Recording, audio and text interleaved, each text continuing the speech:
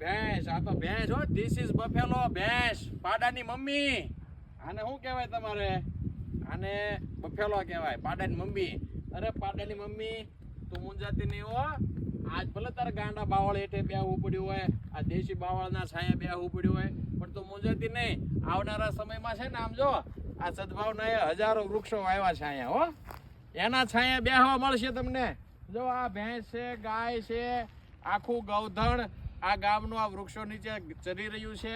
આ ગાંડો બાવળ કાઢી નાખ્યો, દેશી બાવળ કંઈક રહેવા દીધો છે.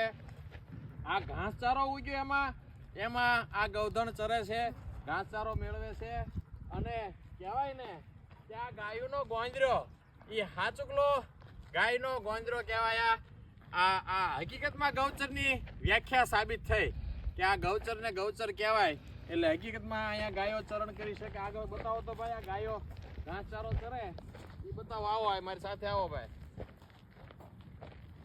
આમ ફરતા વૃક્ષો તમે બતાવો, જ્યાં સુધી નજર જાય ત્યાં સુધી વૃક્ષો છે. આગળ આવો, ગાયો બતાવી આપણે આપણા પ્રેક્ષકોને. ગાયો બતાવો કે હકીકતમાં ગૌચરની વ્યાખ્યા સાબિત થાય કે આ ગૌચર સાચું ગૌચર છે.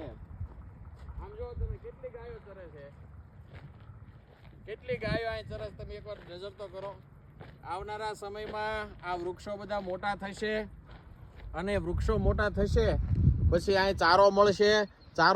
ચારાની સાથે છાંયો મળશે, અને એ છાયામાં આ ગૌધન અને ગૌચરની જગ્યામાં આ ગાયો ભેંસો એનો આશ્રય લેશે.